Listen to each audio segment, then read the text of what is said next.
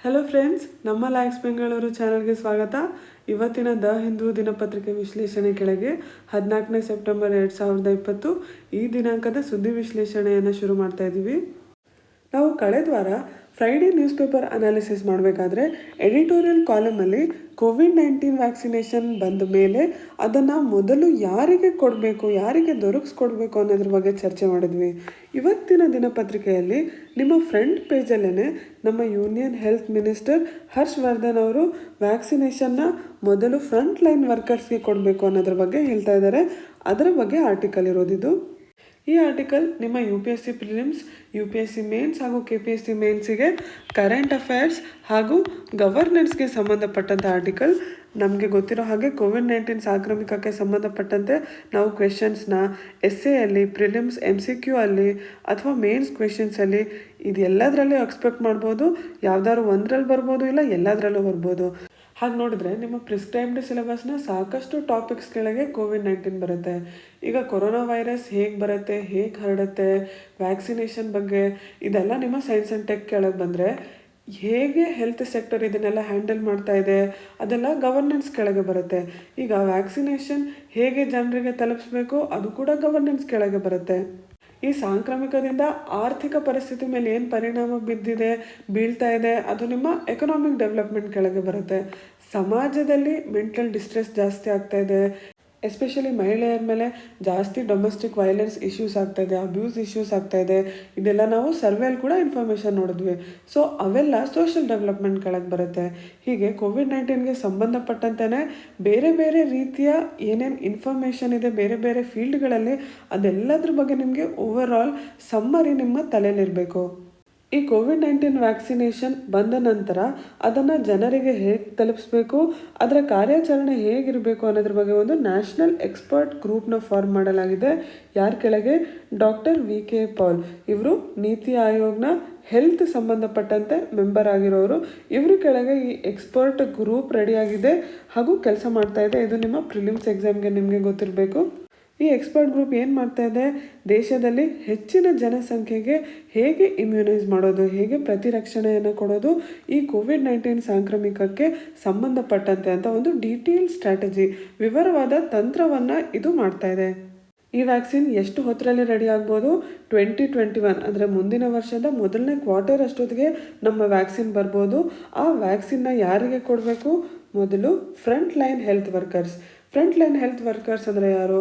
Obviously ಹಾಸ್ಪಿಟ್ಲಲ್ಲಿ ಕೆಲಸ ಮಾಡ್ತಿರೋರು. COVID-19 ಸಿಚುವೇಶನ್ನ directly ಯಾರು ಹ್ಯಾಂಡಲ್ ಮಾಡ್ತಾ ಇದ್ದಾರೆ ಅವರೆಲ್ಲ.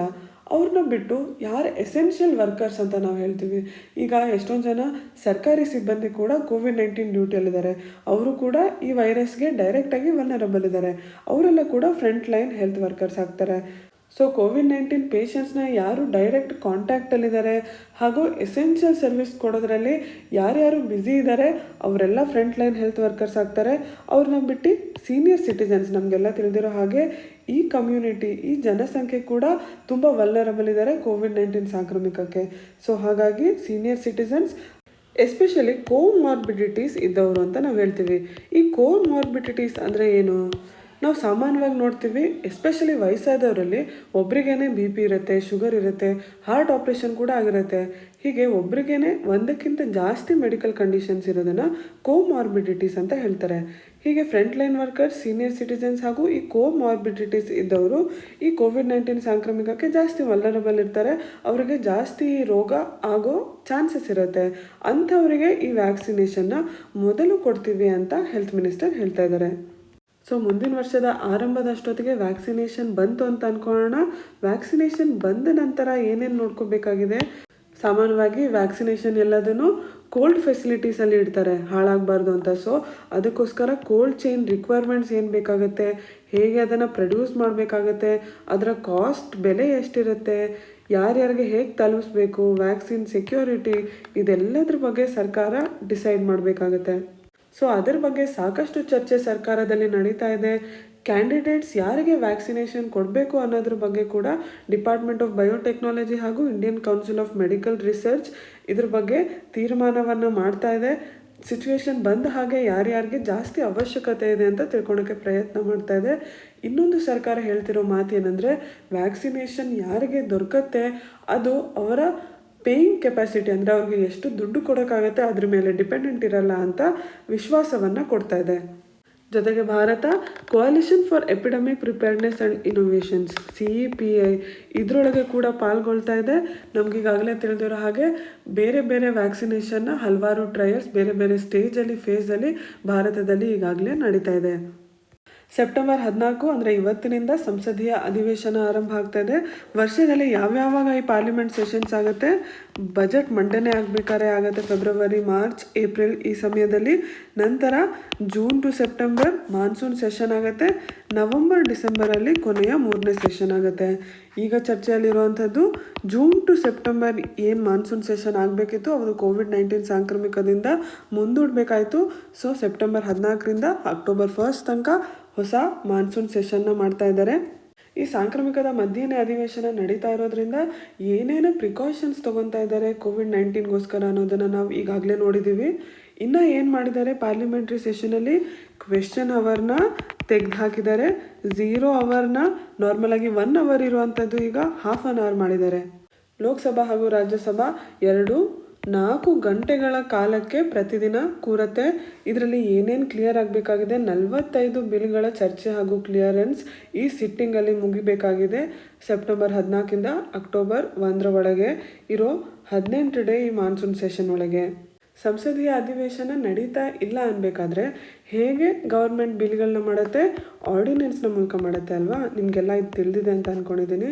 ಸೊ ಈ COVID-19 ಸಾಂಕ್ರಾಮಿಕದ ಕಾರಣದಿಂದ ಸೆಷನ್ ನಡೀದೇ ಇರಬೇಕಾದ್ರೆ ಈ ರೀತಿಯ 11 ಆರ್ಡಿನೆನ್ಸ್ಗಳು ಗೌರ್ಮೆಂಟ್ ಮಾಡಿದೆ. ಈ 45 ಬಿಲ್ ಜೊತೆಗೆ 11 ಆರ್ಡಿನೆನ್ಸ್ಗಳು ಕೂಡ ಈ ಹೌಸ್ಗಳಲ್ಲಿ ಲೋಕಸಭಾ ಹಾಗೂ ರಾಜ್ಯಸಭಾದಲ್ಲಿ ಅಪ್ರೂವ್ ಆಗಬೇಕಾಗಿದೆ ಈ ಮಾನ್ಸೂನ್ ಸೆಷನಲ್ಲಿ. ಈ ಆರ್ಟಿಕಲ್ನ ಹಿನ್ನೆಲೆಯಲ್ಲಿ ಹಾಗೂ ಈಗಿರುವಂಥ ಪರಿಸ್ಥಿತಿ COVID-19 ಪರಿಸ್ಥಿತಿಯಲ್ಲಿ ಜಾಸ್ತಿ ಆರ್ಡಿನೆನ್ಸ್ನ ಮಾಡಬೇಕಾಯಿತು. ಅದಕ್ಕೆ ಸಂಬಂಧಪಟ್ಟಂತೆ ಆರ್ಡಿನೆನ್ಸ್ ಬಗ್ಗೆ ಜಾಸ್ತಿ ವಿವರವಾಗಿ ತಿಳ್ಕೊಳ್ಳೋಣ. ಈ ಆರ್ಡಿನೆನ್ಸ್ನ ಯಾವಾಗ ಮಾಡ್ತಾರೆ ಅಂತ ಹೇಳಿದ್ವಿ, ಯಾವಾಗ ಅಧಿವೇಶನ ನಡೀತಾ ಇರಲ್ಲ, when parliament is not in session ಆವಾಗ ಮಾಡುವಂಥದ್ದು. ಹೇಗೆ ಮಾಡುವಂಥದ್ದು, ಕ್ಯಾಬಿನೆಟ್ನ ಶಿಫಾರಸ್ಸಿನ ನಂತರ ಪ್ರೆಸಿಡೆಂಟ್ ರಾಷ್ಟ್ರಪತಿಯ ಮೂಲಕ ಈ ಕಾನೂನನ್ನು ತರೋದನ್ನು ಆರ್ಡಿನೆನ್ಸ್ ಅಂತ ಕರೀತಾರೆ. ಸಾಮಾನ್ಯವಾಗಿ ಲೆಜಿಸ್ಲೇಚರಲ್ಲಿ ಕಾನೂನು ಹೇಗೆ ರಚನೆ ಆಗುತ್ತೆ, ಏನಾಗುತ್ತೆ, ನಾರ್ಮಲ್ ಆಗಿ ಒಂದು ಬಿಲ್ ಇರುತ್ತೆ. ಆ ಬಿಲ್ನ ಲೋಕಸಭಾ ಅಥವಾ ರಾಜ್ಯಸಭಾದಲ್ಲಿ ಪ್ರೆಸೆಂಟ್ ಮಾಡ್ತಾರೆ. ಅಲ್ಲಿ ಅಪ್ರೂವ್ ಆಯಿತು ಅಂತ ಅಂದ್ಕೊಳ್ಳೋಣ. ನಂತರ ಅದು ಇನ್ನೊಂದು ಹೌಸ್ಗೆ ಹೋಗುತ್ತೆ, ಅಲ್ಲೂ ಕೂಡ ಅಪ್ರೂವ್ ಆಯಿತು ಅಂತ ಅಂದ್ಕೊಳ್ಳೋಣ.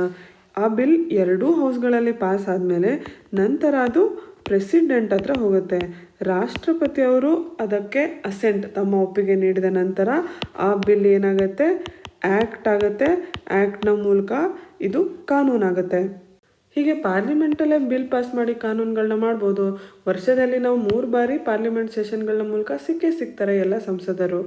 ಜೊತೆಗೆ ಸಂವಿಧಾನದ ಪ್ರಕಾರ 2 ಪಾರ್ಲಿಮೆಂಟ್ರಿ ಸೆಷನ್ಗಳ ಮಧ್ಯೆ 6 ತಿಂಗಳಿಗಿಂತ ಜಾಸ್ತಿ ಅವಧಿ ಗ್ಯಾಪ್ ಇರಬಾರ್ದು ಅಂತ ಕೊಟ್ಟಿದ್ದಾರೆ. ಹೀಗಿರಬೇಕಾದ್ರೆ ಅಟ್ಲೀಸ್ಟ್ ವರ್ಷದಲ್ಲಿ 2 ಸತಿನಾರು ಸಂಸದೀಯ ಅಧಿವೇಶನ ನಡೀಲೇಬೇಕಾಗತ್ತೆ. ಹಾಗಿರಬೇಕಾದ್ರೆ ಈ ಆರ್ಡಿನೆನ್ಸ್ನ ಅವಶ್ಯಕತೆ ಏನಿದೆ, 2 ಸೆಷನ್ಗಳ ಮಧ್ಯೆ ಏನು ಗ್ಯಾಪ್ ಇರುತ್ತೆ ಆ ಗ್ಯಾಪಲ್ಲಿ ಏನಾದ್ರು ಇಮ್ಮಿಡಿಯೇಟ್ ಲೆಜಿಸ್ಲೇಟಿವ್ ಆ್ಯಕ್ಷನ್ ಅಂದರೆ ತತ್ಕ್ಷಣ ಶಾಸಕಾಂಗದಿಂದ ಕ್ರಮ ಬೇಕಾಗಿದೆ ಅನ್ನೋ ಸಿಚುವೇಶನ್ ಬಂದಾಗ, ಪರಿಸ್ಥಿತಿ ಬಂದಾಗ ಆರ್ಡಿನೆನ್ಸ್ನ ಮೂಲಕ ಕಾನೂನು ಮಾಡೋಕ್ಕೆ ಪ್ರಯತ್ನ ಮಾಡ್ತಾರೆ. ಹಾಗಾದರೆ ಒಂದು ಸತಿ ಕ್ಯಾಬಿನೆಟ್ ರೆಕಮೆಂಡ್ ಆಯಿತು, ಪ್ರೆಸಿಡೆಂಟ್ ಕೂಡ ಪಾಸ್ ಮಾಡಿದ್ರು ಅಂದ ತಕ್ಷಣ ಆ ಆರ್ಡಿನೆನ್ಸ್ ಕಾನೂನು ಆಗ್ಬಿಡತ್ತಾ? ನಮ್ಮ ದೇಶದಲ್ಲಿ ಕಾನೂನು ಮಾಡೋ ಕೆಲಸ ಯಾರ್ದು, ಲೆಜಿಸ್ಲೇಚರ್ದು. ಅಂದರೆ ನ್ಯಾಷನಲ್ ಲೆವೆಲಲ್ಲಿ ಲೋಕಸಭಾ, ರಾಜ್ಯಸಭಾ, ಸ್ಟೇಟ್ ಲೆವೆಲಲ್ಲಿ ಲೆಜಿಸ್ಲೇಟಿವ್ ಅಸೆಂಬ್ಲಿ, ಲೆಜಿಸ್ಲೇಟಿವ್ ಕೌನ್ಸಿಲ್ ಇವರದ್ದು. ಹೀಗೆ ಗವರ್ಮೆಂಟ್ ಪ್ರೆಸಿಡೆಂಟ್ನ ಮೂಲಕ ಆರ್ಡಿನೆನ್ಸ್ ಪಾಸ್ ಮಾಡಿಬಿಟ್ರೆ ಅದು ಲಾ ಆಗೋಕ್ಕೆ ಸಾಧ್ಯನಾ? ಅದು ಪಾರ್ಲಿಮೆಂಟಲ್ಲಿ ಅಪ್ರೂವ್ ಕೂಡ ಆಗಬೇಕಲ್ವಾ. ಯಾಕೆಂದರೆ ಆ ಅಧಿಕಾರ ಮೇನ್ ಯಾರ್ದು, ಪಾರ್ಲಿಮೆಂಟ್ದು. ಹಾಗಾಗಿ ಆರ್ಡಿನೆನ್ಸ್ ಪಾಸ್ ಆದ ನಂತರ 6 ವಾರಗಳ ಒಳಗೆ ಅದು ಪಾರ್ಲಿಮೆಂಟಲ್ಲಿ ಅಪ್ರೂವ್ ಆಗಬೇಕು. ನಮ್ಮ ಸಂವಿಧಾನದ ಆರ್ಟಿಕಲ್ 123 ಕೆಳಗೆ ರಾಷ್ಟ್ರಪತಿಯ ಶಾಸಕಾಂಗ ಅಧಿಕಾರದ ಕೆಳಗೆ ಆರ್ಡಿನೆನ್ಸ್ ಮೇಕಿಂಗ್ ಪವರ್ನ ಕೊಟ್ಟಿದ್ದಾರೆ. ನೆನಪಿರಲಿ, ಇದು ಪ್ರೆಸಿಡೆಂಟ್ನ ಡಿಸ್ಕ್ರಿಷನರಿ ಪವರ್ ಅಲ್ಲ. ಅಂದರೆ ಅದು ಕೇವಲ ಕ್ಯಾಬಿನೆಟ್ ರೆಕಮೆಂಡೇಷನಿಂದ ಮಾಡುವಂಥದ್ದು. ಯಾವುದಾದ್ರು ಒಂದು ಸೆಷನ್ ಇಲ್ಲ ಲೋಕಸಭಾ ರಾಜ್ಯಸಭಾ 2 ಅಧಿವೇಶನ ನಡೀತಾ ಇಲ್ಲ ಅನ್ಬೇಕಾದ್ರೆ ಅಷ್ಟೇ ಈ ಆರ್ಡಿನೆನ್ಸ್ ಮಾಡೋಕ್ಕಾಗೋದು ಪ್ರೆಸಿಡೆಂಟ್. ಆರ್ಟಿಕಲ್ 123 ಕೆಳಗೆ ರಾಷ್ಟ್ರಪತಿಯವರು ಹೇಗೆ ಆರ್ಡಿನೆನ್ಸ್ ಮಾಡ್ಬೋದು, ಹಾಗೆ ರಾಜ್ಯ ಮಟ್ಟದಲ್ಲಿ ಆರ್ಟಿಕಲ್ 213 ಇದ್ರ ಕೆಳಗೆ ಗವರ್ನರ್ ಸರ್ಕಾರ ಅಂದರೆ ರಾಜ್ಯ ಸರ್ಕಾರದ ಕ್ಯಾಬಿನೆಟ್ ರೆಕಮೆಂಡೇಶನ್ ಮೂಲಕ ಆರ್ಡಿನೆನ್ಸ್ ಪಾಸ್ ಮಾಡ್ಬೋದು ಗವರ್ನರ್. ನಮ್ಮ 3 ಆರ್ಗನ್ಸ್ ಆಫ್ ಗವರ್ಮೆಂಟಲ್ಲಿ ಲೆಜಿಸ್ಲೇಚರ್ ಹಾಗೂ ಎಕ್ಸಿಕ್ಯೂಟಿವ್ ಮಧ್ಯ ಸೆಪ್ರೇಷನ್ ಆಫ್ ಪವರ್ಸ್ ಇದೆ.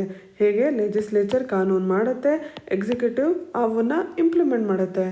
ಹೀಗಿರಬೇಕಾದ್ರೆ ಈ ಆರ್ಡಿನೆನ್ಸ್ ಮೂಲಕ ಏನಾಗ್ತಾ ಇದೆ, ಕ್ಯಾಬಿನೆಟ್ ರೆಕಮೆಂಡೇಶನ್ ಮೂಲಕ ಒಂದು ಕಾನೂನು ಜನ್ಮ ಆಗ್ತಿರೋದ್ರಿಂದ ಒಂದು ರೀತಿಯ ಓವರ್ಲ್ಯಾಪ್ ಆಗ್ತಾ ಇದೆ ಅಂತ ನಾವು ಹೇಳ್ಬೋದು.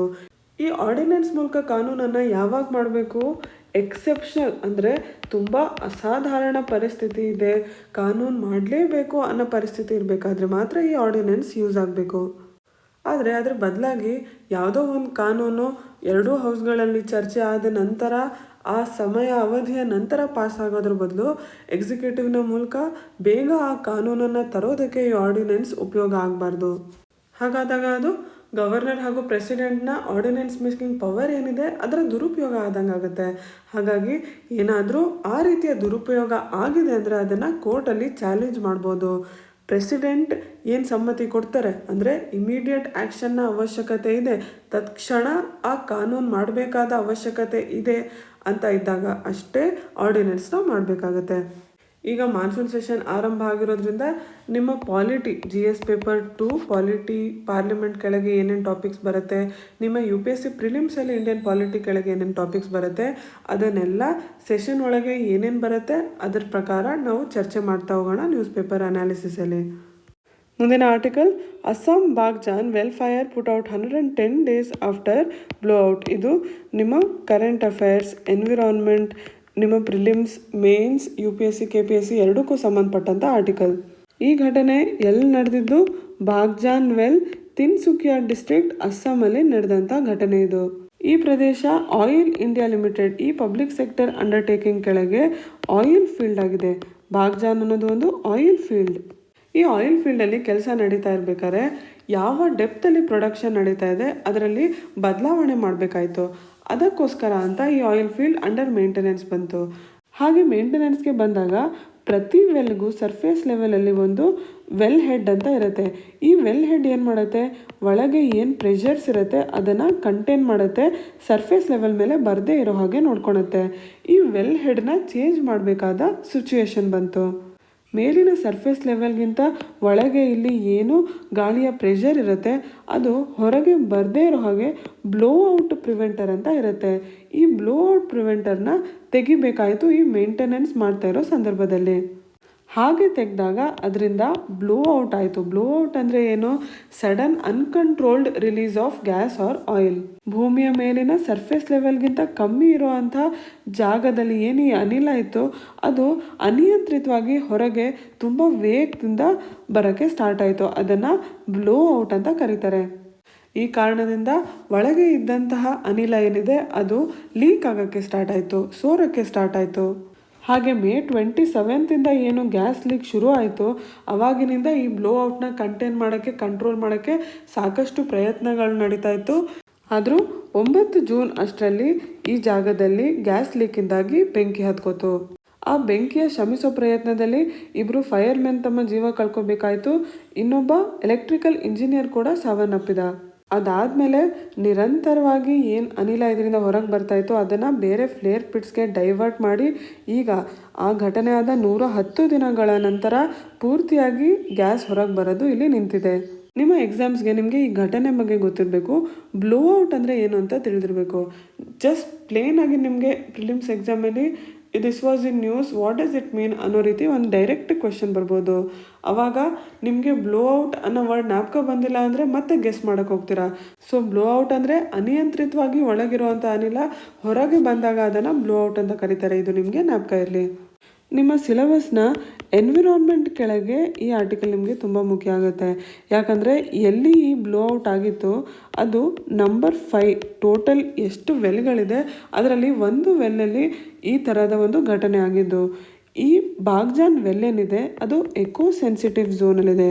ಎಕೋ ಸೆನ್ಸಿಟಿವ್ ಅಂದರೆ ಏನು, ನಾವೇನು ನ್ಯಾಷನಲ್ ಪಾರ್ಕ್ಸ್, ಪ್ರೊಟೆಕ್ಟೆಡ್ ಏರಿಯಾಸ್ ಇರುತ್ತೆ ಅದರ ಸುತ್ತಲೂ ಜಾಗಗಳಿಗೆ ಎಕೋ ಸೆನ್ಸಿಟಿವ್ ಝೋನ್ ಅಂತ ಕರಿತೀವಿ. ಈ ಅಸ್ಸಾಂ ಬಾಗ್ಜಾನ್ವೆಲ್ ದಿಬ್ರು ಸಿಖೋಯ್ವಾ ನ್ಯಾಷನಲ್ ಪಾರ್ಕ್ ಏನಿದೆ ಅಸ್ಸಾಮಲ್ಲಿ ಅದಕ್ಕೆ ಹತ್ತಿರ ಇರುವಂಥದ್ದು. ಹಾಗಾಗಿ ಎಕೋ ಸೆನ್ಸಿಟಿವ್ ಝೋನ್ ಒಳಗಿದೆ, ಅಂದರೆ ನ್ಯಾಷನಲ್ ಪಾರ್ಕ್ ಒಳಗಿಲ್ಲ, ಅದ್ರ ಹೊರಗಿರುವಂಥದ್ದು. ಭಾರತದ ನಾರ್ತ್ ಈಸ್ಟಲ್ಲಿ ಇರುವಂಥ ಅಸ್ಸಾಂನಲ್ಲಿ ದಿಬ್ರು ಸಿಖೋಯ್ವಾ ನ್ಯಾಷನಲ್ ಪಾರ್ಕ್ ನೀವಿಲ್ಲಿ ನೋಡ್ಬೋದು. ಇದು ಬ್ರಹ್ಮಪುತ್ರ ರಿವರ್ ಹತ್ರ ಇದೆ. ಈ ದಿಬ್ರು ಸಿಖೋಯ್ವಾ ನ್ಯಾಷನಲ್ ಪಾರ್ಕ್ ಹತ್ರ ನೀವಿಲ್ಲಿ ತಿನ್ಸುಕಿಯಾ ನೋಡ್ಬೋದು. ಈ ತಿನ್ಸುಕಿಯಾದ ಹತ್ರ ಬಾಗ್ಜಾನ್ವೆಲ್ ಇರುವಂಥದ್ದು, ಇಲ್ಲಿ ದಿಬ್ರು ಸಿಖೋಯ್ವಾ ನ್ಯಾಷನಲ್ ಪಾರ್ಕ್ ಇರುವಂಥದ್ದು. ಇದೆಲ್ಲ ಬ್ರಹ್ಮಪುತ್ರ ರಿವರ್. ಈ ದಿಬ್ರು ಸಿಖೋಯ್ವಾ ನ್ಯಾಷನಲ್ ಪಾರ್ಕ್ ಬಯೋಸ್ಫಿಯರ್ ರಿಸರ್ವ್ ಕೂಡ ಆಗಿದೆ, ಬಯೋಡೈವರ್ಸಿಟಿ ಹಾಟ್ಸ್ಪಾಟ್ ಕೂಡ ಆಗಿದೆ, ಅದ್ರ ಜೊತೆ ಇಂಪಾರ್ಟೆಂಟ್ ಬರ್ಡ್ ಏರಿಯಾ ಕೂಡ ಆಗಿದೆ.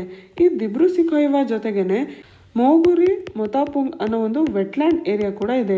ನಿಮಗೆ ಜಾಗ್ರಫಿಲಿ ಗೊತ್ತಿದ್ರೆ ವೆಟ್ಲ್ಯಾಂಡ್ ಏರಿಯಾ ಕೂಡ ಬರ್ಡ್ಸ್ಗಳಿಗೆ ತುಂಬ ಇಂಪಾರ್ಟೆಂಟ್ ಆಗಿರುವಂಥ ಪ್ರದೇಶ. ಸೊ ಈ ದಿಬ್ರು ಸಿಖೋಯ್ವಾ ಹಾಗೂ ವೆಟ್ಲ್ಯಾಂಡ್ ಏರಿಯಾ ಏನಿದೆ ಇವೆರಡೂ ಕೂಡ ಸಾಕಷ್ಟು ಎಂಡಮಿಕ್ ಹಾಗೂ ಮೈಗ್ರೇಟರಿ ಸ್ಪೀಷೀಸ್ಗಳ ಸ್ಥಾನ ಆಗಿದೆ. ಈ ತಿನ್ಸುಕಿಯಾದಲ್ಲಿ ಏನು ಬಾಗ್ಜಾನ್ವೆಲ್ಲಲ್ಲಿ ಗ್ಯಾಸ್ ಲೀಕ್ ಆಯಿತು, ಅದು ಈ ಜಾಗದಿಂದ ಕೇವಲ ಏರಿಯಲ್ ಡಿಸ್ಟೆನ್ಸ್ 900 ಮೀಟರ್ ಅಷ್ಟು ದೂರ ಇದೆ. ಅದರಿಂದಾಗಿ ಏನಾಗಿದೆ, ಗ್ಯಾಸ್ ಲೀಕ್ನಿಂದಾಗಿ ನಂತರ ಏನು ಬೆಂಕಿ ಹತ್ಕೋತು, ಈ ಸುತ್ತಲಿನ ಏರಿಯಾಗೂ ಸಾಕಷ್ಟು ಪರಿಣಾಮ ಆಗಿದೆ. ಒಂದು ಬೆಂಕಿಯ ಜೊತೆ ಏನು ಗಾಳಿಯಲ್ಲಿ ಪಲ್ಯೂಟೆಂಟ್ಸ್ ಬರುತ್ತೆ, ಮಾಲಿನ್ಯ ಮಾಡುವಂಥ ಅಂಶಗಳು ಬರುತ್ತೆ, ಅದು ಸುತ್ತಲಿನ ಪರಿಸರವನ್ನೆಲ್ಲ ಹಾಳು ಮಾಡುತ್ತೆ. ಅದ್ರ ಜೊತೆಗೆ ಕಂಡೆನ್ಸೇಟ್ ಅಂತ ನಾವು ಹೇಳ್ತೀವಿ, ಏನು ಗ್ಯಾಸ್ನ ಉರಿಯೋದ್ರಿಂದ ರೆಸಿಡ್ಯೂ ಬರುತ್ತೆ, ಅದು ಕೂಡ ಸುತ್ತಲಿನ ಪ್ರದೇಶಗಳಲ್ಲಿ ಕಾನ್ಸಂಟ್ರೇಟ್ ಆಗುತ್ತೆ. ಅಂದರೆ ಸುತ್ತಲಿನ ಸಸ್ಯವರ್ಗ ಹಾಗೂ ವಾಟರ್ ಬಾಡಿ ಏನಿರುತ್ತೆ ಅದ್ರ ಮೇಲೆಲ್ಲ ಈ ರೆಸಿಡ್ಯೂ ಮೇಲೆ ಕುತ್ಕೊಂಡು ಬಿಡುತ್ತೆ. ಹಾಗೆ ಗಾಳಿಯಲ್ಲಿ ಪಲ್ಯೂಟೆಂಟ್ಸ್ ಪ್ಲಸ್ ಈ ರೆಸಿಡ್ಯೂ ಮ್ಯಾಟರಿಂದ ಕಾಂಟನ್ಸೇಟ್ ಇವೆರಡೂ ಸೇರಿ ಸುತ್ತಲಿನ ಪ್ರದೇಶದಲ್ಲಿ ಆಕ್ಸಿಜನ್ ಅಂಶ ಕಮ್ಮಿ ಮಾಡುತ್ತೆ. ಇರುವಂಥ ಸಸ್ಯವರ್ಗ ಒಂದು ರೀತಿಯಲ್ಲಿ ಸ್ಲೋ ಡೆತ್ ಆಗೋ ಥರ ಆಗುತ್ತೆ. ಏನು ವಾಟರ್ ಬಾಡಿ ಇರುತ್ತೆ ಅದ್ರ ಮೇಲೆ ಒಂದು ಫಿಲ್ಮ್ ಥರ ಕ್ರಿಯೇಟ್ ಆಗುತ್ತೆ, ಅಂದರೆ ಒಂದು ಲೇಯರ್ ಆಫ್ ಕಾಂಟನ್ಸೇಟ್ ಕ್ರಿಯೇಟ್ ಆಗಿ ಅದ್ರ ಒಳಗೆ ಇರುವಂಥ ಅಂದರೆ ವಾಟರ್ ಬಾಡಿಯಲ್ಲಿ ಏನು ಆಕ್ಸಿಜನ್ ಮ್ಯಾಟ್ರ್ ಇರುತ್ತೆ ಅದು ಕಮ್ಮಿ ಆಗುತ್ತೆ. ಅದರಿಂದ ಏನಾಗುತ್ತೆ, ಈ ಪ್ರದೇಶದ ವಾಟರ್ ಬಾಡಿಗಳಲ್ಲಿ ನೋಡುವಂಥ ಗ್ಯಾಂಜೆಟಿಕ್ ಡಾಲ್ಫಿನ್ಸ್, ಇಂಪಾರ್ಟೆಂಟ್ ಫಿಶಸ್ ಏನಿದೆ ಆಕ್ಸಿಜನ್ ಸಪ್ಲೈ ಕಮ್ಮಿ ಆಗಿ ಮರಣ ಹೊಂದ್ಬಿಟ್ಟಿದ್ದಾವೆ.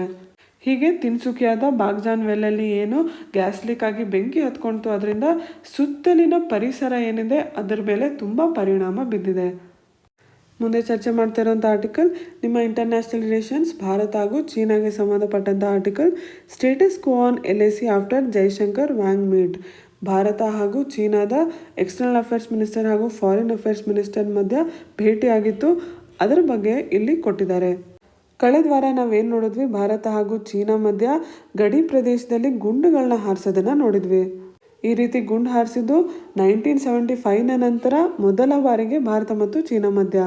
ನಮಗೆಲ್ಲ ತಿಳಿದಿರೋ ಹಾಗೆ ಗ್ಯಾಲ್ವಾನ್ ವ್ಯಾಲಿ ಕ್ಲಾಶ್ನ ನಂತರ ಡಿಸ್ಎಂಗೇಜ್ಮೆಂಟ್ ಹಾಗೂ ಡಿಎಸ್ಕಲೇಷನ್ ಪ್ರೊಸೆಸ್ ಆರಂಭ ಆಗಿತ್ತು. ಎಲ್ಲೆಲ್ಲಿ ಕ್ಲಾಶ್ ಆಗಿತ್ತು ಆ ಪ್ರದೇಶಗಳು ಹಾಟ್ ಸ್ಪ್ರಿಂಗ್ಸ್, ದೆಪ್ಸಾಂಗ್, ಗ್ಯಾಲ್ವಾನ್ ಅಲ್ಲೆಲ್ಲ ಆ್ಯಕ್ಟಿವಿಟಿ ಆಲ್ಮೋಸ್ಟ್ ಸ್ಥಗಿತಾಗಿದೆ. ಆದರೆ ಪ್ಯಾಂಗ್ಯಾಂಗ್ ತ್ಸೋ ಲೇಕ್ನ ಉತ್ತರ ಬ್ಯಾಂಕ್ ಏರಿಯಾ ಏನಿದೆ, ಫಿಂಗರ್ ಏರಿಯಾಸ್ ಅಂತ ನಾವೇನು ಚರ್ಚೆ ಮಾಡಿದ್ವಿ ಈಗಾಗಲೇ, ಅಲ್ಲಿ ಮ್ಯಾಸಿವ್ ಬಿಲ್ಡಪ್ ಆಗ್ತಾಯಿತ್ತು. Mobilisation of troops, vehicles, weapons ಇದೆಲ್ಲ ಇತ್ತೀಚಿನ ಸ್ವಲ್ಪ ದಿನಗಳ ಕೆಳಗೆ ಸೆಪ್ಟೆಂಬರ್ 8 ತನಕ ನೋಡಿದ್ವಿ. ಅದಾದಮೇಲೆ ಭಾರತ ಕೂಡ ಈ ಜಾಗಗಳಲ್ಲಿ ಏನು ಹಿಲ್ಲಿ ಏರಿಯಾಸ್ ಇದೆ, ಹೈಟ್ ಪ್ರದೇಶಗಳಿದೆ, ಅಲ್ಲಿ ತನ್ನ ಟ್ರೂಪ್ಸ್ನ ತೊಗೊಂಡು ಬಂತು. ಸ್ಟ್ರಾಟಜಿಕಲಿ ಭಾರತ ಅಡ್ವಾಂಟೇಜಲ್ಲಿದೆ ಅಂತ ನಾವು ಈಗಾಗಲೇ ಚರ್ಚೆ ಮಾಡಿದ್ವಿ. ಆ ಹಿನ್ನೆಲೆಯಲ್ಲಿ ಗುಂಡುಗಳನ್ನ ಹಾರಿಸಲಾಯಿತು. ಅದಾದ ನಂತರ ಜೈಶಂಕರ್ ಹಾಗೂ ವ್ಯಾಂಗ್ ನಮ್ಮ ಫಾರಿನ್ ಮಿನಿಸ್ಟರ್ಸ್ ಮಧ್ಯೆ ಭೇಟಿ ನಡೀತು. ಅದರ ಪ್ರಕಾರ ಗಡಿ ಏರಿಯಾದಲ್ಲಿ ಯಥಾಸ್ಥಿತಿಯನ್ನು ಮೇಂಟೈನ್ ಮಾಡಬೇಕು ಅಂತ ಆಗಿದೆ. ಅದರ ಪ್ರಕಾರನೇ ಸದ್ಯಕ್ಕೆ ಯಥಾಸ್ಥಿತಿ ಇದೆ, ಅಂದರೆ ಕಳೆದ 3-4 ದಿನಗಳಿಂದ ಏನೂ ಎಕ್ಸ್ಟ್ರಾ ಆ್ಯಕ್ಟಿವಿಟಿ ಈ ಜಾಗದಲ್ಲಿ ನಡೆದಿಲ್ಲ. ಆದರೆ ಭಾರತದ ಡಿಮ್ಯಾಂಡ್ ಏನು, ಗ್ಯಾಲ್ವಾನ್ ಕ್ಲಾಶ್ ಮುಂಚೆ ಏನು ಯಥಾಸ್ಥಿತಿ ಇತ್ತು ಆ ಯಥಾಸ್ಥಿತಿಗೆ ವಾಪಸ್ ಹೋಗೋದು. ಅದಕ್ಕೋಸ್ಕರ ಏನು ಮಾಡ್ತಾ ಇದ್ದಾರೆ, ಏನು ಡಿಸ್ಪ್ಯೂಟೆಡ್ ಪ್ರದೇಶಗಳಿದೆ ಆ ಪ್ರದೇಶಗಳಲ್ಲಿರುವಂಥ ಗ್ರೌಂಡ್ ಕಮಾಂಡರ್ಸ್ ದಿನ ಭೇಟಿ ಮಾಡ್ತಾ ಇದ್ದಾರೆ. ಕಾನ್ಫಿಡೆನ್ಸ್ ಬಿಲ್ಡಿಂಗ್ ಮೆಜರ್ಸ್ ಹೇಗೆ ಮಾಡಬೇಕು ಅನ್ನೋದ್ರ ಬಗ್ಗೆ ಚರ್ಚೆ ಮಾಡ್ತಾ ಇದ್ದಾರೆ. ಇದು ಗ್ರೌಂಡ್ ಲೆವೆಲ್ ಆಯಿತು. ಮೇಲಿನ ಮಟ್ಟದಲ್ಲಿ corps commander level talks Bharat ಹಾಗೂ ಚೀನಾ ಮಧ್ಯ ಮಿಲಿಟ್ರಿ ಲೆವೆಲ್ ಡೈಲಾಗ್ ನಡೀಬೇಕು. ಇದಾಗಲೇ 5 ಬಾರಿ ಆಗಿದೆ, ಮತ್ತೆ ಈಗ ಇರುವಂಥ ಪರಿಸ್ಥಿತಿಯಲ್ಲಿ ಮೀಟ್ ಆಗಬೇಕಾಗಿದೆ. ಅದು ಯಾವಾಗ ಹೇಗಾಗಬೇಕು ಅನ್ನೋದು ಇನ್ನೂ ತೀರ್ಮಾನ ಆಗಿಲ್ಲ. ಈ ಸುದ್ದಿ ನಿಮ್ಮ ಇಂಟರ್ನ್ಯಾಷನಲ್ ರಿಲೇಷನ್ಸ್ನ ಭಾರತ ಹಾಗೂ ಚೀನಾ ಮಧ್ಯ ಏನು ಗಡಿ ಪ್ರದೇಶದಲ್ಲಿ ಟೆನ್ಷನ್ಸ್ ನಡೀತಾ ಇದೆ ಅದರ ಇವತ್ತಿನ ಅಪ್ಡೇಟ್. ಮುಂದೆ ಚರ್ಚೆ ಮಾಡ್ತಾ ಇರುವಂಥ article smoke chokes US west coast as wild fire rages on. ಇದು ನಿಮ್ಮ prelim syllabus current affairs, environment, ಜಿಯೋಗ್ರಫಿಗೆ ಸಂಬಂಧ ಆರ್ಟಿಕಲ್. ಎಸ್ಪೆಷಲಿ ನಿಮ್ಮ ಸ್ಟಾಟಿಕ್ ಪಾರ್ಟಲ್ಲಿ ಏನು ವರ್ಲ್ಡ್ ಜಿಯೋಗ್ರಫಿ ಬರುತ್ತೆ ಅದ್ರ ಕೆಳಗೆ ಈ ಆರ್ಟಿಕಲ್ ಬರುತ್ತೆ. ನಾರ್ತ್ ಅಮೇರಿಕನ್ ಕಾಂಟಿನೆಂಟಲ್ ಬರುವಂಥ ಯುನೈಟೆಡ್ ಸ್ಟೇಟ್ಸ್ ಆಫ್ ಅಮೇರಿಕಾ ಏನಿದೆ ಅದರ ವೆಸ್ಟ್ ಕೋಸ್ಟ್ ಪಶ್ಚಿಮ ಕರಾವಳಿಯಲ್ಲಿ ಬರುವಂಥ ಈ 3 ಸ್ಟೇಟ್ಸ್ ವಾಷಿಂಗ್ಟನ್, ಕ್ಯಾಲಿಫೋರ್ನಿಯಾ ಹಾಗೂ ಒರೆಗಾನ್, ಈ 3 ರಾಜ್ಯಗಳಲ್ಲಿ ಯುನೈಟೆಡ್ ಸ್ಟೇಟ್ಸ್ ಆಫ್ ಅಮೇರಿಕಾದಲ್ಲಿ ಮೇಯಿಂದ ಅಕ್ಟೋಬರ್ ಈ ಅವಧಿಯಲ್ಲಿ ಕಾಡ್ಗಿಚ್ಚುಗಳನ್ನ ಪ್ರತಿ ವರ್ಷ ನೋಡ್ತಾರೆ. ಆದರೆ 2000ಇಂದ ಈ ಕಾಡ್ಗಿಚ್ಚುಗಳು ತುಂಬ ಜಾಸ್ತಿ ಆಗಿದೆ. ಭೂಮಿಯ ಮೇಲೆ USA ಎಲ್ಲಿದೆ? ನಾರ್ದರ್ನ್ ಹೆಮಿಸ್ಫಿಯರ್ ಮೇಲಿದೆ. ಈ ನಾರ್ದರ್ನ್ ಹೆಮಿಸ್ಫಿಯರಲ್ಲಿ ಚಳಿಗಾಲ ಯಾವಾಗ ಬರುತ್ತೆ? ಡಿಸೆಂಬರ್, ಜನವರಿ ಈ ಅವಧಿಯಲ್ಲೇ ಬರುತ್ತೆ. ಈ ವಿಂಟರ್ ಯಾವಾಗ ಬರುತ್ತೆ? ಅಲ್ಲೇ ಈ ಜಾಗಗಳಲ್ಲಿ ಮಳೆ ಬರುವಂಥದ್ದು. ವಿಂಟರ್ ಮುಗಿದ ನಂತರ ಏನು ಸಮಯ ಸ್ಟಾರ್ಟ್ ಆಗುತ್ತೆ ಆವಾಗ ಸಮ್ಮರ್ ಬರುತ್ತೆ. ಸಮ್ಮರಲ್ಲಿ ಜಾಸ್ತಿ ಒಣ ಕಂಡೀಷನ್ಸ್ ಇರುತ್ತೆ, ಅಟ್ಮಾಸ್ಫಿಯರಲ್ಲಿ ಡ್ರೈಯರ್ ಕಂಡೀಷನ್ಸ್ ಇರುತ್ತೆ. ಅಟ್ಮಾಸ್ಫಿಯರಿಕ್ ಕಂಡೀಷನ್ಸ್ ವಾರ್ಮ್ ಹಾಗೂ ಡ್ರೈ ಆಗ್ತಾ ಆಗ್ತಾ ಏನು ಸಸ್ಯವರ್ಗ ಇರುತ್ತೆ ಈ ಪ್ರದೇಶದಲ್ಲಿ, ವೆಜಿಟೇಷನ್ ಇರುತ್ತೆ, ಅದು ಕೂಡ ಮಾಯಿಶ್ಚರ್ ಕಂಟೆಂಟ್ ತನ್ನೊಳಗೆ ಕಳ್ಕೊತಾ ಹೋಗುತ್ತೆ. ಹಾಗೆ ಕಟ್ಟಿಗೆ ಜಾಸ್ತಿ ಡ್ರೈ ಆದಂಗೆ ಏನಾಗುತ್ತೆ ಅದು ಈಸಿಯಾಗಿ ಫ್ಯೂಯಲ್ ಆಗಿ ಕನ್ವರ್ಟ್ ಆಗುತ್ತೆ. ಸೊ ಈ ಪ್ರದೇಶಗಳಲ್ಲಿ ಒಂದು ರೀತಿ ಡ್ರೈ ಫ್ಯೂಯಲ್ ಆಗಿ ಇವೆಲ್ಲ ನಿಂತ್ಕೊಂಡಿದೆ ಸಸ್ಯವರ್ಗ. ಇದಕ್ಕೆ ಒಂದು ಕಾರಣ ಅಷ್ಟೇ ಸಾಕು, ನೈಸರ್ಗಿಕವಾಗಿ ಲೈಟ್ನಿಂಗ್ ಇರ್ಬೋದು, ಮಿಂಚಿನಿಂದ ಇರ್ಬೋದು, ಅಥವಾ ಹ್ಯೂಮನ್ ಆ್ಯಕ್ಟಿವಿಟೀಸ್ ಏನೋ ಎಲೆಕ್ಟ್ರಿಕಲ್ ಲೈನಿಂದ ಇರ್ಬೋದು, ಎಲ್ಲೋ ಸಣ್ಣ ಬೆಂಕಿ ಸಿಗರೆಟ್ ಬಟ್ ಇರ್ಬೋದು. ಈ ರೀತಿ ಬೇರೆ ಬೇರೆ ಕಾರಣಗಳಿಂದ ಈ ಡ್ರೈ ಫ್ಯೂಯಲ್ ಬೆಂಕಿ ಹತ್ಕೊಂಡು ಉರಿಯೋಕ್ಕೆ ಸ್ಟಾರ್ಟ್ ಆಗಿ ಅದೇ ಕೊನೆಗೆ ಕಾಡ್ಗಿಚ್ಚಾಗತ್ತೆ. ಆದರೆ ಈಗ ನಾವೇನೋ ಕ್ಲೈಮೇಟ್ ಚೇಂಜ್ ಅಂತ ಕರಿತೀವಿ. ಗ್ಲೋಬಲ್ ಟೆಂಪ್ರೇಚರ್, ಆ್ಯಾವ್ರೇಜ್ ಟೆಂಪ್ರೇಚರ್ ಏನಿದೆ ಅದು 1 to 2 ಡಿಗ್ರಿ ಸೆಲ್ಸಿಯಸ್ ಅಷ್ಟು ಮುಂಚೆಗಿಂತ ಜಾಸ್ತಿ ಆಗಿದೆ. ಅದರಿಂದ ವಾರ್ಮರ್ ಕಂಡೀಷನ್ಸ್ ಅಂದರೆ ಟೆಂಪ್ರೇಚರ್ ಮುಂಚೆಗಿಂತ ಜಾಸ್ತಿ ಇದೆ, ಹಾಗಾಗಿ ಜಾಸ್ತಿ ಡ್ರೈ ಕಂಡೀಷನ್ಸ್ ಕ್ರಿಯೇಟ್ ಆಗ್ತಾಯಿದೆ, ಹಾಗಾಗಿ ಜಾಸ್ತಿ ಕಾಡ್ಗಿಚ್ಚುಗಳಾಗ್ತಾ ಇದೆ. ನಿಮ್ಮ ಜಾಗ್ರಫಿ ಸ್ಟ್ಯಾಟಿಕ್ ಪೋರ್ಷನಲ್ಲಿ ಟ್ರೇಡ್ ವಿಂಡ್ಸ್, ಪ್ರಿವೇಲಿಂಗ್ ವಿಂಡ್ಸ್ ಅಂತ ಓದಿರ್ತೀರಾ. ನಾವು ಈ ಆರ್ಟಿಕಲಲ್ಲಿ ಚರ್ಚೆ ಮಾಡ್ತಾ ಇರೋಂಥ ಪ್ರದೇಶ ಯುನೈಟೆಡ್ ಸ್ಟೇಟ್ಸ್ ಆಫ್ ಅಮೇರಿಕಾದ ಪಶ್ಚಿಮ ಕರಾವಳಿಯಲ್ಲಿ ಬರುವಂಥ ಪ್ರದೇಶಗಳು. ಈ ಪ್ರದೇಶದಲ್ಲಿ ಈಸ್ಟರ್ಲೀಸ್ ಇರುತ್ತೆ. ಈಸ್ಟರ್ಲೀಸ್ ಅಂದರೆ ಏನು? ಈಸ್ಟಿಂದ ಬರುವಂಥ ಟ್ರೇಡ್ ವಿಂಡ್ಸ್ಗೆ ನಾವು ಈಸ್ಟರ್ಲೀಸ್ ಅಂತ ಕರಿತೀವಿ. ನೀವಿಲ್ಲಿ ನೋಡ್ತಿದ್ದಾಗೆ ಇದು ಲ್ಯಾಂಡಿಂದ ಬರ್ತಾ ಇದೆ. ಯಾವಾಗ ಯಾವ ಗಾಳಿ ವಾಟರ್ ಬಾಡಿ ಕಡೆಯಿಂದ ಹೋಗುತ್ತೆ ಅದು ಮಾಯಿಶ್ಚರ್ ತೊಗೊಂಡು ಹೋಗುತ್ತೆ, ಹಾಗಾಗಿ ಅದು ವೆಟ್ ಇರುತ್ತೆ, ಮಳೆ ತರೋವಂಥ ಚಾನ್ಸಸ್ ಇರುತ್ತೆ. ಆದರೆ ಯಾವಾಗ ಅದು ಲ್ಯಾಂಡ್ ಏರಿಯಾಯಿಂದ ಬರುತ್ತೆ ಆವಾಗ ಅದು ಆಬ್ವಿಯಸ್ಲಿ ಡ್ರೈ ಆಗಿರುತ್ತೆ. ಅಂತಹ ಡ್ರೈ ಏರ್ ಈ ಕ್ಯಾಲಿಫೋರ್ನಿಯಾ ಈ ಪ್ರದೇಶಗಳಲ್ಲಿ ಬರುವಂಥದ್ದು. ಈ ಈಸ್ಟರ್ಲೀಸಿಂದಾಗಿ ಏನಾಯಿತು, 2 ಬೇರೆ ಪ್ರದೇಶಗಳಲ್ಲಿ ಏನು ಆಗಲೇ ಫೈರ್ ಇತ್ತು, ಈಸ್ಟರ್ಲೀಸ್ನಿಂದಾಗಿ ಅವೆರಡು ಒಂದು ಗೂಡ ಹಾಗಾಯಿತು. ಹಾಗಾಗಿ ಇನ್ನೂ ಜಾಸ್ತಿ ಕಾಡ್ಗಿಚ್ಚಾಯಿತು. ವೈಲ್ಡ್ ಫೈರ್ ಆದ ಪ್ರದೇಶಗಳಲ್ಲಿ ಏನೇನು ಪರಿಣಾಮ ಆಗುತ್ತೆ? ಅಲ್ಲಿಯ ಪ್ರದೇಶದಲ್ಲಿ ಎಕನಾಮಿಕ್ ಲಾಸಸ್ ಆಗುತ್ತೆ, ಪ್ರಾಪರ್ಟಿ ಲಾಸ್ ಆಗುತ್ತೆ, ಜನರು ಸಾವನ್ನಪ್ತಾರೆ. ಕ್ಯಾಲಿಫೋರ್ನಿಯಾದಲ್ಲಿ ಈ ಫೈರಿಂದಾನೇ 22 ಜನ ಆಗಲಿ ಸಾವನ್ನಪ್ಪಿದ್ದಾರೆ. ಅದರ ಜೊತೆಗೆ ಫಾರೆಸ್ಟ್ ಡಿಸ್ಟ್ರಕ್ಷನ್ ಆಗುತ್ತೆ. ಫಾರೆಸ್ಟ್ ಆ್ಯಕ್ಚುಲಿ ಏನು ಕೆಲಸ ಮಾಡುತ್ತೆ? ಕಾರ್ಬನ್ ಡೈಆಕ್ಸೈಡ್ನ ಅಟ್ಮಾಸ್ಫಿಯರಲ್ಲಿ ಕಮ್ಮಿ ಮಾಡುತ್ತೆ. ಆದರೆ ಈ ವೈಲ್ಡ್ ಫೈರಿಂದ ಏನಾಗುತ್ತೆ? ಕಾರ್ಬನ್ ಡೈಆಕ್ಸೈಡ್ ಜಾಸ್ತಿ ಆಗುತ್ತೆ, ಜೊತೆಗೆ ಬೇರೆ green house gases, carbon monoxide, methane, particulate matter ಇವೆಲ್ಲ ಜಾಸ್ತಿ ಆಗುತ್ತೆ. ಸೊ ಏನು ಏರ್ ಪೊಲ್ಯೂಷನ್ ಜಾಸ್ತಿ ಆಗುತ್ತೆ. ಜೊತೆಗೆ ಗ್ರೀನ್ ಹೌಸ್ ಗ್ಯಾಸಸ್ ರಿಲೀಸ್ ಮಾಡ್ತಿರೋದ್ರಿಂದ ಗ್ಲೋಬಲ್ ವಾರ್ಮಿಂಗ್ ಕೂಡ ಆಗುತ್ತೆ.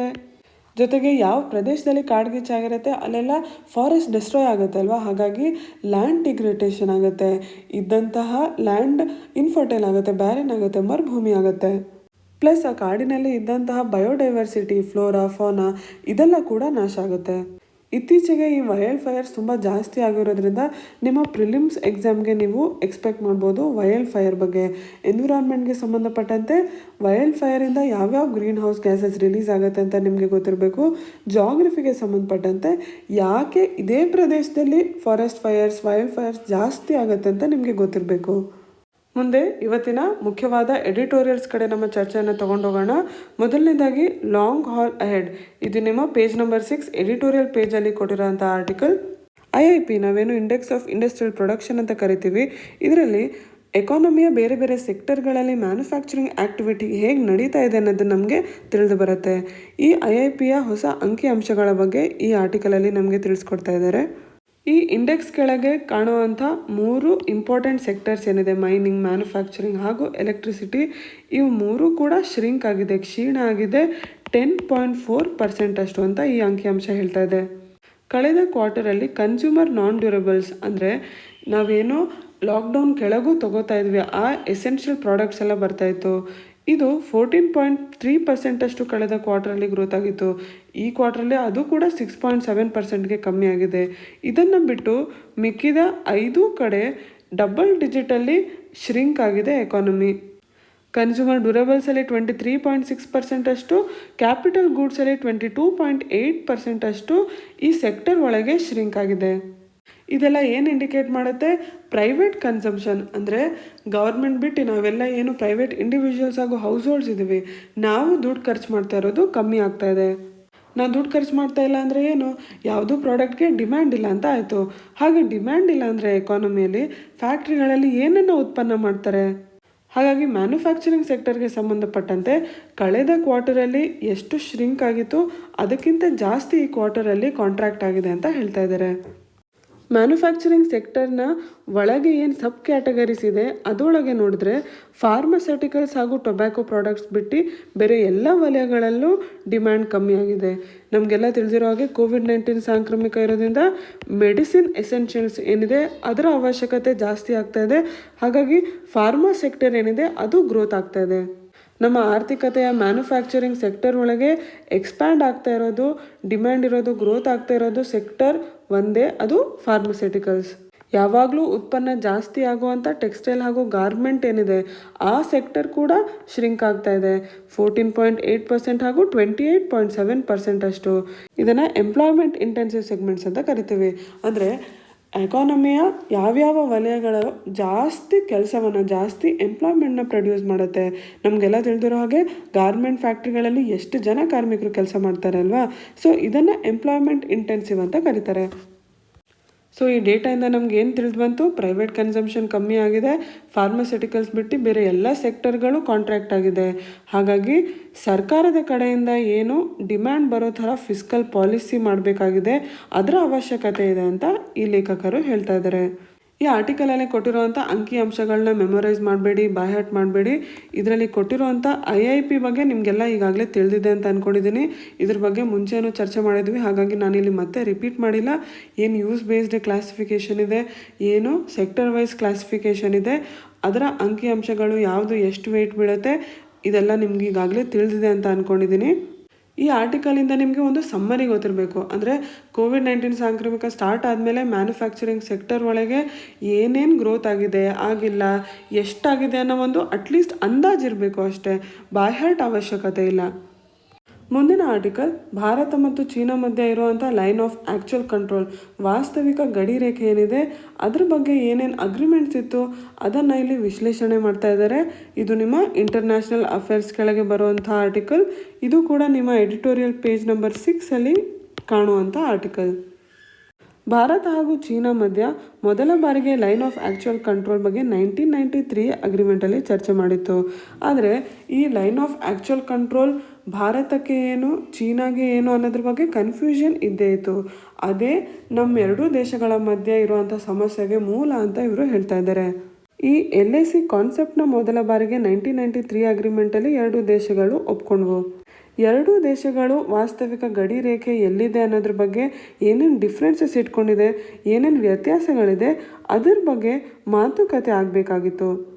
ಅದಕ್ಕೋಸ್ಕರ ಅಂತ ರಾಜತಾಂತ್ರಿಕ ಹಾಗೂ ಮಿಲಿಟರಿ ಎಕ್ಸ್ಪರ್ಟ್ಸ್ನ ಗ್ರೂಪ್ ಕ್ರಿಯೇಟ್ ಮಾಡಲಾಗಿತ್ತು for resolution of differences between 2 sides on the alignment of the line of actual control. ಅದರ ಜೊತೆಗೆ ಈ ಅಗ್ರಿಮೆಂಟ್ ಕೆಳಗೆ ಎರಡೂ ದೇಶಗಳ ಮಧ್ಯೆ ಕಾನ್ಫಿಡೆನ್ಸ್ ಬಿಲ್ಡಿಂಗ್ ಮೆಜರ್ಸ್ ಆಯಿತು, ರಿಸ್ಟ್ರಿಕ್ಟೆಡ್ ಮಿಲಿಟರಿ ಎಕ್ಸಸೈಸ್ ಆಯಿತು ಲೈನ್ ಆಫ್ ಆ್ಯಕ್ಚುಯಲ್ ಕಂಟ್ರೋಲ್ನ ಬಳಿ. ಅಂದರೆ ವಾಸ್ತವಿಕ ಗಡಿ ರೇಖೆಯ ಬಳಿ ಏನು ಮಿಲಿಟರಿ ಫೋರ್ಸಸ್ ಎರಡೂ ದೇಶದಿರುತ್ತೆ ಅದು ಕಮ್ಮಿ ಇರಬೇಕು ಅನ್ನೋದ್ರ ಬಗ್ಗೆ ಒಪ್ಪಂದ ಆಯಿತು. 1993 ನಂತರ ಕಂಟಿನ್ಯೂಷನಲ್ಲಿ 1996ನ ಅಗ್ರಿಮೆಂಟ್ ಬಂತು. ಅದರಲ್ಲೂ ಕೂಡ ಲೈನ್ ಆಫ್ ಆ್ಯಕ್ಚುಯಲ್ ಕಂಟ್ರೋಲ್ ಹತ್ರ ಎಷ್ಟು ಟ್ಯಾಂಕ್ಸ್ ಇರಬೇಕು, ಆರ್ಟಿಲರಿ ಇರಬೇಕು, ಗನ್ಸ್ ಇರಬೇಕು, ಮಿಸೈಲ್ಸ್ ಇರಬೇಕು, ಇದೆಲ್ಲದ್ರ ಬಗ್ಗೆ ಒಪ್ಪಂದ ಆಯಿತು. ಅಂದರೆ ಲಿಮಿಟೆಡ್ ಇರಬೇಕು, ಒಂದು ಮಿತಿಯಲ್ಲಿರಬೇಕು ಅನ್ನೋದ್ರ ಬಗ್ಗೆ. ನಂತರ 2005 ಬಂದ ಅಗ್ರಿಮೆಂಟಲ್ಲಿ ಇನ್ನೂ ಜಾಸ್ತಿ ಕಾನ್ಫಿಡೆನ್ಸ್ ಬಿಲ್ಡಿಂಗ್ ಮೆಜರ್ಸ್ ಬಗ್ಗೆ ಕಾನ್ಸಂಟ್ರೇಟ್ ಮಾಡಿದರು.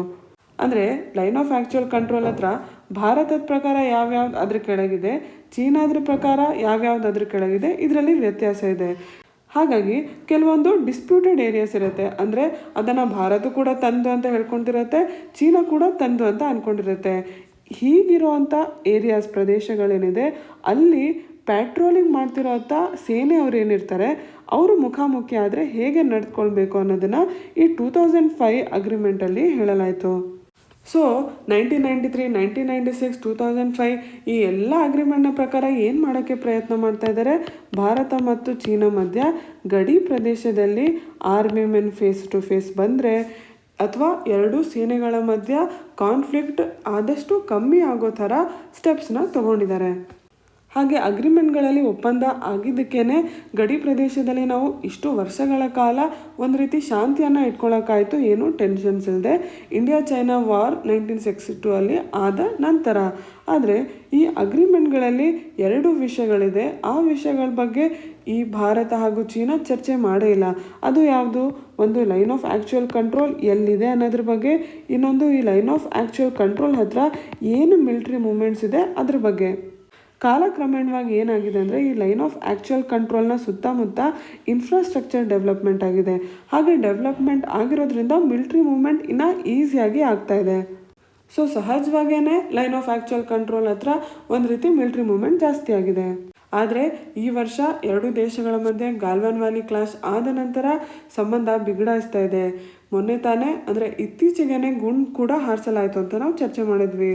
ಈ ನಿಟ್ಟಿನಲ್ಲಿ ಇಬ್ಬರು ಫಾರಿನ್ ಮಿನಿಸ್ಟರ್ಸ್ ಸಿಕ್ಕಿ ಕಾನ್ಫಿಡೆನ್ಸ್ ಬಿಲ್ಡಿಂಗ್ ಮೆಷರ್ಸ್ ಸ್ಟಾರ್ಟ್ ಮಾಡಿ ಶಾಂತಿಯುತವಾಗಿ ನೆಗೋಸಿಯೇಷನ್ ಮಾಡಬೇಕು ಅನ್ನೋದಕ್ಕೆ ಒಪ್ಕೊಂಡಿದ್ದಾರೆ. ಆದರೆ ಎರಡೂ ದೇಶಗಳ ಮಧ್ಯೆ ಕಾನ್ಫಿಡೆನ್ಸ್ ಬಿಲ್ಡಿಂಗ್ ಮೆಷರ್ಸ್ ಅಂತ ಏನು ಕರಿತೀವಿ, ವಿಶ್ವಾಸ ಜಾಸ್ತಿ ಆಗೋ ಥರ ಕ್ರಮವನ್ನು ತಗೊಳ್ಳೋದು. ಅದರಲ್ಲಿ ಏನೂ ಸಮಸ್ಯೆ ಇಲ್ಲ. ಸಮಸ್ಯೆ ಎಲ್ಲಿದೆ, ಏನು ಕಾನ್ಫ್ಲಿಕ್ಟ್ ಇದೆ ಅದನ್ನು ಸಾಲ್ವ್ ಮಾಡದೇ ಇರೋದು, ಪರಿಹಾರ ಮಾಡದೇ ಇರೋದು, ಏನು ಲೈನ್ ಆಫ್ ಆ್ಯಕ್ಚುಯಲ್ ಕಂಟ್ರೋಲ್ ಇರಬೇಕು ಅನ್ನೋದ್ರ ಬಗ್ಗೆ ಒಂದು ತೀರ್ಮಾನಕ್ಕೆ ಬರದೇ ಇರೋದು. ಹಾಗೆ ಎರಡೂ ದೇಶಗಳ ಮಧ್ಯ ವಾಸ್ತವಿಕ ಗಡಿ ರೇಖೆ ಹತ್ರ ಏನೇನು ಆ್ಯಕ್ಟಿವಿಟೀಸ್ ನಡೀತಾ ಇದೆ ಅದ್ರ ಮೇಲೆ ಒಂದು ಒಪ್ಪಿಗೆಗೆ ಬರಬೇಕಾಗುತ್ತೆ. ಸೊ ಪೀಸ್ ಆ್ಯಂಡ್ ಟ್ರ್ಯಾಂಕ್ವಿಲಿಟಿ ಅದೆಲ್ಲ ಇದ್ದಿದ್ದೆ, ಅದನ್ನು ನಡೆಸ್ಕೊಂಡು ಬರ್ತಾ ಇದ್ದೀವಿ. ಅದ್ರ ಜೊತೆಗೆ ಮೇನಾಗಿ ನಾವು ಇರುವಂಥ ಕಾನ್ಫ್ಲಿಕ್ಟ್ ಏನಿದೆ ಅದನ್ನು ಮೊದಲು ಪರಿಹಾರ ಮಾಡ್ಕೋಬೇಕು. ಅವಾಗಷ್ಟೇ ಭಾರತ ಮತ್ತು ಚೀನಾದ ಸಂಬಂಧ ಬೆಟರ್ ಆಗುತ್ತೆ ಅಂತ ಈ ಆರ್ಟಿಕಲ್ನ ಆಥರ್ ಹೇಳ್ತಾ ಇದ್ದಾರೆ. ನಿಮ್ಮ ಎಕ್ಸಾಮ್ಸಿಗೆ ತುಂಬ ಇಂಪಾರ್ಟೆಂಟ್ ಆಗಿರೋ ಒಂದು ಪಾಯಿಂಟ್ಸ್ನ ನೀವು ತೊಗೋಬೋದು ಈ ಆರ್ಟಿಕಲಿಂದ. ನಾವು ಸಾಕಷ್ಟು ಆರ್ಟಿಕಲ್ಸ್ನ ಭಾರತ ಮತ್ತು ಚೀನಾ ಮಧ್ಯ ಇಲ್ಲಿ ತನಕ ನೋಡಿದ್ದೀವಿ. ಆದರೆ ಲೈನ್ ಆಫ್ ಆ್ಯಕ್ಚುಯಲ್ ಕಂಟ್ರೋಲ್ ಬಗ್ಗೆನೇ ಸ್ಪೆಸಿಫಿಕ್ ಆಗಿ ಈ ಆರ್ಟಿಕಲ್ ಚರ್ಚೆ ಮಾಡ್ತಾ ಇದೆ. ಸೊ ಭಾರತ ಮತ್ತು ಚೀನಾ ಮಧ್ಯ ಸಂಬಂಧದ ಬಗ್ಗೆ ನಿಮಗೆ ಕ್ವೆಶನ್ ಬಂದಾಗ ಇಲ್ಲಿ ಮೇನ್ ಸಮಸ್ಯೆ 1993 ಅಗ್ರಿಮೆಂಟ್ನ ಮೂಲಕ ಏನು LACಯ ಪ್ರಾಪರ್ ಡೆಫಿನೇಷನ್ ಆಗಿಲ್ಲ. ಅದರಲ್ಲಿ ಏನು ಕನ್ಫ್ಯೂಷನ್ ಇದೆ ಅದೇ ಭಾರತ ಮತ್ತು ಚೀನಾದ ಮಧ್ಯ ಸಂಬಂಧ ಬಿಗಡಾಯಿಸೋಕ್ಕೆ ಮೂಲ ಅಂತ ನೀವು ಬರಿಬೋದು. ಮುಂದೆ ಚರ್ಚೆ ಮಾಡ್ತಿರೋಂಥ ಆರ್ಟಿಕಲ್ ದ ಸೆಕೆಂಡ್ ಚೇರ್. ಇದು ನಿಮ್ಮ ಇಂಡಿಯನ್ ಪಾರ್ಲಿಮೆಂಟ್ಗೆ ಸಂಬಂಧಪಟ್ಟಂತೆ ಆರ್ಟಿಕಲ್. ಪ್ರಿಲಿಮ್ಸ್ ಹಾಗೂ ಮೇನ್ಸ್ KPSC ಹಾಗೂ UPSC ಎರಡಕ್ಕೂ ಸಂಬಂಧಪಟ್ಟಿದ್ದು.